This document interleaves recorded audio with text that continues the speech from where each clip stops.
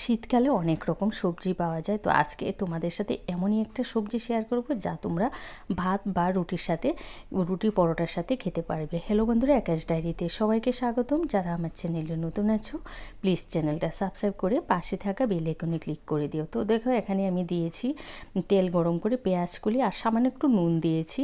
নুন দিয়ে আবার পেঁয়াজকুলিকে 1 মিনিটের মতো ভেজে নেব। পেঁয়াজকুলি কিন্তু আমি বেশি ভাজবো না, তাহলে পেঁয়াজকুলির যে ক্রাঞ্চি ভাব সেটা কিন্তু নষ্ট হয়ে যাবে। তো দেখো পেঁয়াজগুলো কিন্তু আমার ভাজা হয়ে গেছে। আর এটা কিন্তু হাই হিটে করবে, না হয় পেঁয়াজগুলি থেকে কিন্তু জল উঠবে।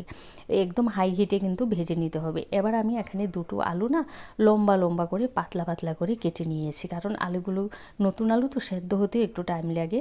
তো নুন হলুদ দিয়ে আলুগুলোকে আমি একদম সেদ্ধ হয়ে যাওয়া পর্যন্ত আলুগুলোকে ভেজে নেব। আর একদম অল্প আছে ঢেকে ঢেকে ভেজে নিয়েছি। ওই আলু থেকে যে জলটা উঠবে সেই থেকে কিন্তু আলুটাও সেদ্ধ হয়ে যাবে। তো আলু ভাজা হয়ে গেছে, এবার আমি আলুগুলোকে তুলে নিচ্ছি।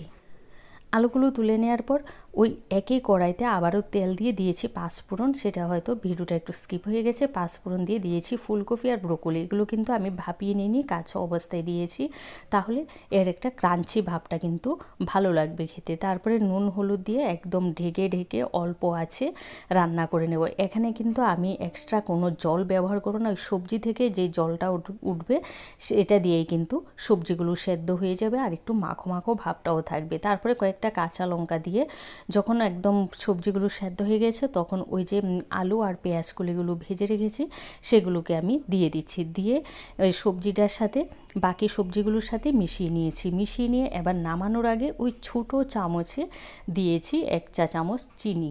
চিনিটা এই কারণেই দিয়েছি কারণ সবজির যে একটা পানসে ভাব সেটা কিন্তু চলে যাবে। আর সবজি পানসে ভাবটা থাকলে কিন্তু খেতেও ভালো লাগে না, আর রুটি পরোটার সাথে খেলে একটু মিষ্টি মিষ্টি হলেও কিন্তু ভালো লাগে। তো দেখো এই চিনিটা দিয়ে নেড়ে ছেড়ে কিন্তু আমি সবজিটাকে নামিয়ে নেব, কারণ আমার সমস্ত সবজি কিন্তু সেদ্ধ হয়ে গেছে।